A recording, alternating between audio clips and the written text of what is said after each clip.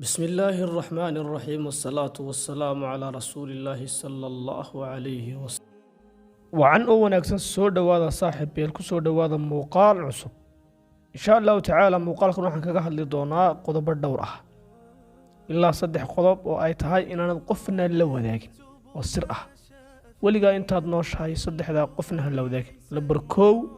qorshayaashaada mustaqbalka aad ku haminaysa inaad gaadho qofna la wadaagin oo sababtu tahay cadawga iyo xaasidku waa iska badan yahay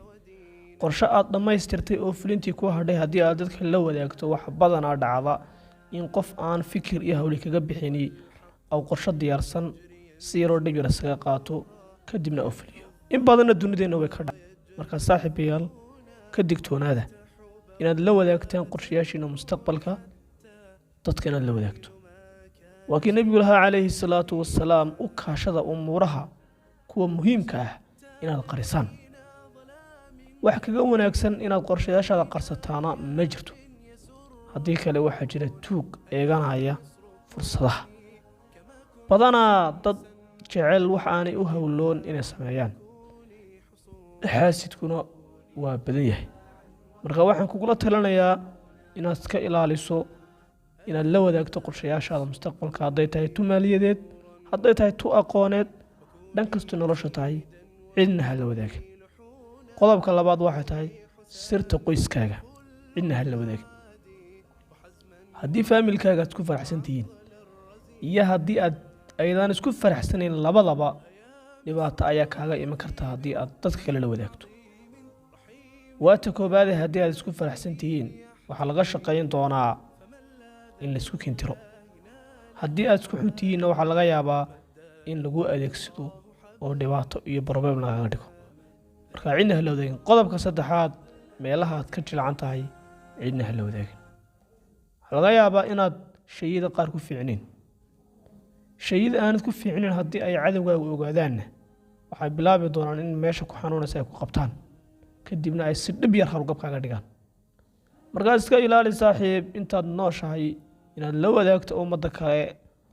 iyo asxaabtaada kale iyo cid walbo nool inaad la wadaagto meelaha ka jilcan tahay taasi oo keeni doonta in dhibaato weyn lagu geysto guud ahaan saddexdaa shay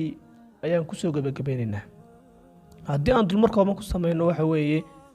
qodobka koobaad waxa uu ahaa cidna ha la wadaagin arrimaha qorshayaasha mustaqbalkaaga ah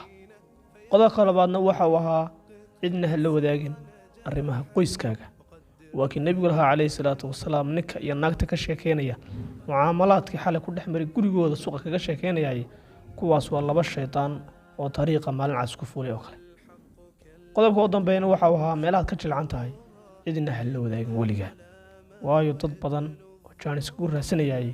waxay jaanis u helayaan in meelaha ku balbanaya ee ku balbalaya ee ku xanuunahaya inay ku qabtaan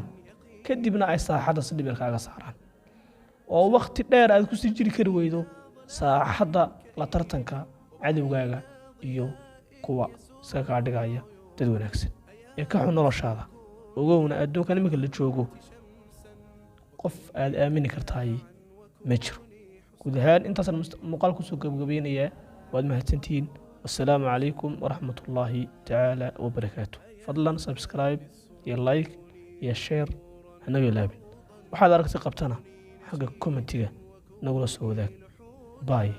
نبادينو